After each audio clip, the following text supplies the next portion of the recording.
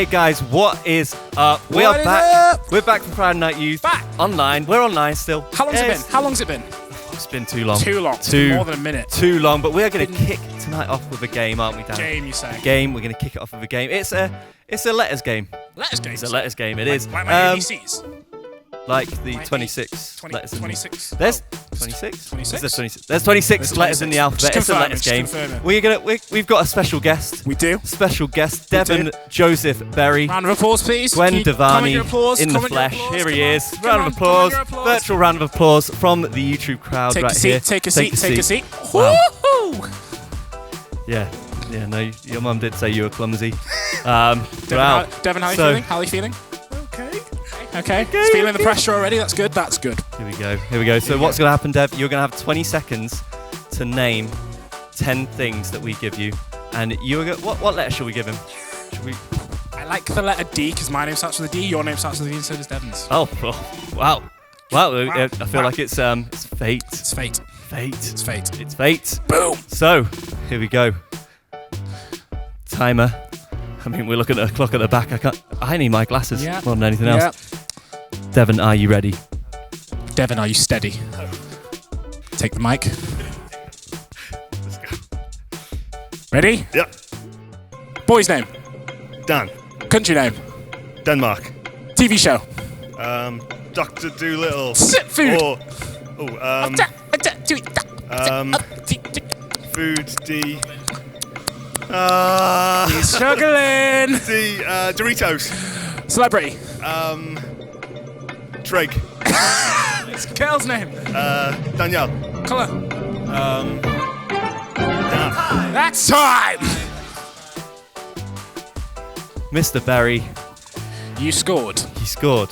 6 out of 10. 6 out of 10? It's not, you know what? It's not bad. It's not bad. No. Strong. Not bad. It's better than his shooting accuracy at football. I'll give him that. So, make sure you Devon. comment in the chat, see if you can do better than Devon.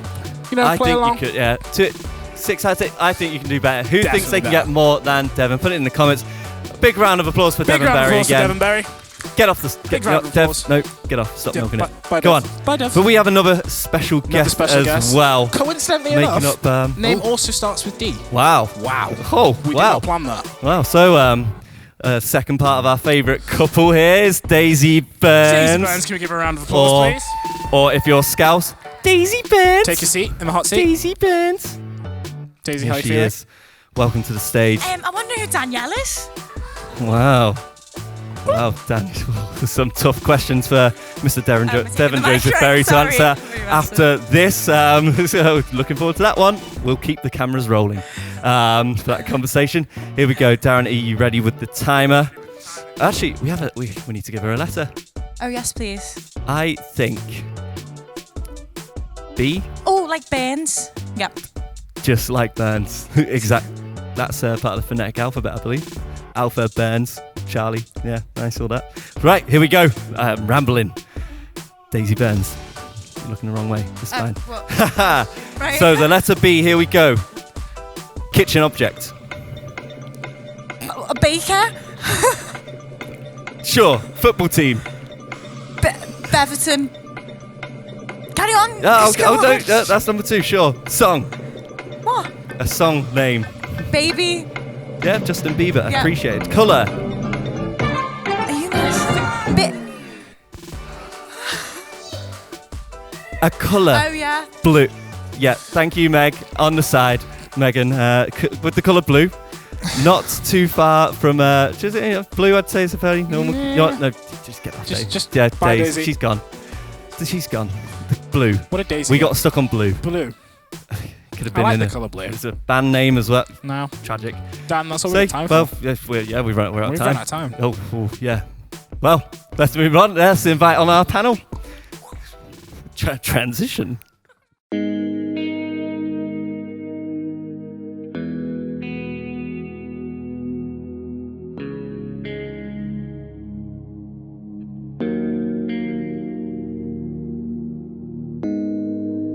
Genesis chapter 1. In the beginning, God created the heavens and the earth. The earth was formless and empty, and darkness covered the deep waters. the Spirit of God was hovering above the surface of the waters. Then God said, "Let there be light," and it was so. "Let there be a space between the waters," and it was so. "Let the waters beneath the sky flow together into one place, and let dry ground appear," and it was so. "Let the earth produce every source of animal," and it was so. "Let the waters swarm with fish and other life," and it was so. "Let the skies be filled with birds of every kind," and it was so. And God saw that it was good. Then God said, "Let us make human beings in our image to be like us." We are made in God's image, created by the Creator, formed by Him with intricate detail and made for unprecedented purpose. With God-given authority, we have the courage, giftings, and abilities to be the carriers of light that we were called to be. Made for authenticity, made for originality, made for community, and made to share Jesus. Our creativity breeds what our society needs. Our originality is our God-given expression. Our creativity is beautiful, meaningful, powerful, wild, bold, fun. We are creative because we have been. Well, hey youth, it is so great to see you for Friday Night Youth. Online, it looks slightly different, and hey, we miss being together. We miss your faces, but we hope you're doing super, super well. But that's not going to stop us gathering in some sort. So tonight, jump on the chat, talk away, obviously listen, but talk away and communicate, because guys, we've missed you so much. But we are here. We've got Daisy and Devon, legends, and we absolute legends. love these guys. These are the most amazing youth leaders. If I was your age and they were my youth leaders, I would be very happy. And I probably would have turned out better. Definitely, yeah. And hey, you know what? Maybe you've been seeing on Instagram all these messages about like this sort of cryptic jigsaw thing going on. But this whole theme, guys, let's just jump into this tonight. So this whole like created by the Creator, what does that even mean anyway? Well, other than our attempt to be youthful and young, bright colours, we love to see it. We thought this year it'd be really important to highlight how amazing young people are. How valued young people are. And for us, we looked at this and we were like, well, the Bible tells us all the time we were made in His image. Simple as. But too often not, we don't actually quite get it. So we thought this year we're going to really drill into it. And unfortunately, we do live in a world where your status in life is more important than your uniqueness. Now, for me, that was really important because it's status over uniqueness. But you are unique. You're created to be a unique person. Now, we want you guys to know that you are made by the Creator. You are His maker. He loves you. You are valued. You are uniquely put together. Every inch of these people are put together by Him. So we need you guys to know that you are gifted. You are gifted. Gifted uniquely. Now, obviously, this world doesn't shout it enough. Unfortunately, this world does not say how great young people are. Nowadays, it's because they hang around in large groups.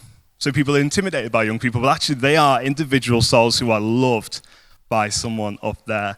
And I tell you, what I am praying for in this series is whoever you are, whatever you've done, whatever you might do, you are created by the Creator. Simple as.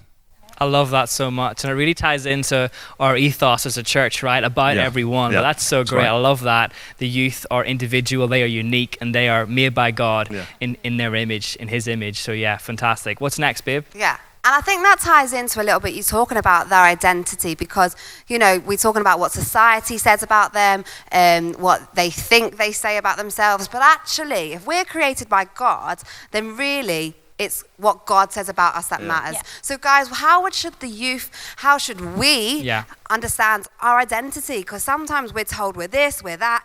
But really, we need to know what God says we are. It's a great question. Because we're created by the Creator. Yeah. So what does that mean? Your identity? I think it goes right back to for me personally, when I was growing up, I never felt good enough. I didn't know who I was. I knew I was Daisy Burns. I knew my name. That was about it. I knew who my mum and dad were.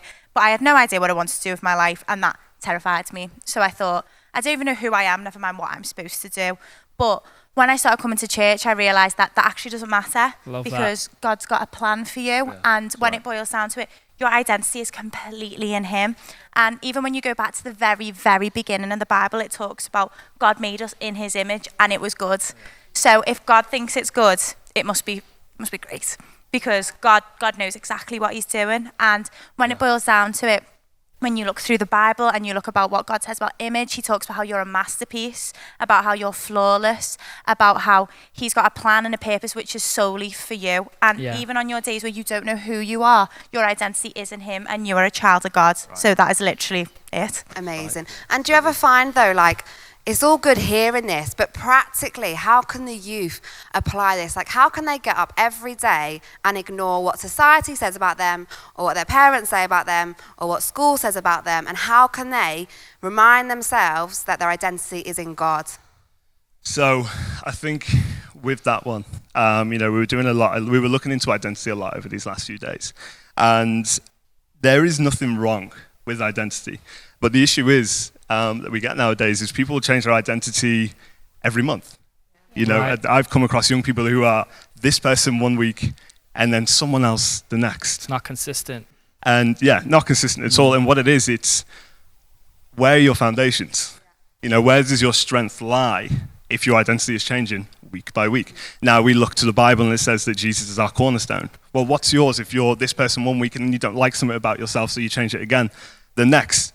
So what we need to recognize is, we need Jesus. He says in the Bible, build your house on the rocks. That is Jesus. If you build your house on sand, you're going to get blown away by the storm. So when things get rough, which they will, we're adults now, we've experienced this kind of rough hardship, but that's okay. Yeah. And I think so often people, identity comes from maybe what they've done rather than who they are. I'm really challenged by this, and I always think, even with Nathan, my husband, if he annoys me, I'm thinking, okay, he's still loved by God, he's still a child of God, he is not this annoying person that I have to live with. Do you know what I mean? You have to remind yourself that actually my identity is found in him, not what I've done. Mm-hmm. I might have failed in something, but I'm not a failure. I might have made a mistake, but I'm not that mistake. I'm a child of God, and it's reminding yourself whose you are. It's not what you've done. And I think that's the same to encourage each other. So youth, don't be sitting there judging other people for what they've done, because it's not fair, because I don't want that back to me. I don't want people to judge me for what I've done, because I've done a lot of bad things in my time, even though I look like a little angel now. I've done some bad things, but I think it's important that we don't judge each other as youth. Yeah, no, definitely.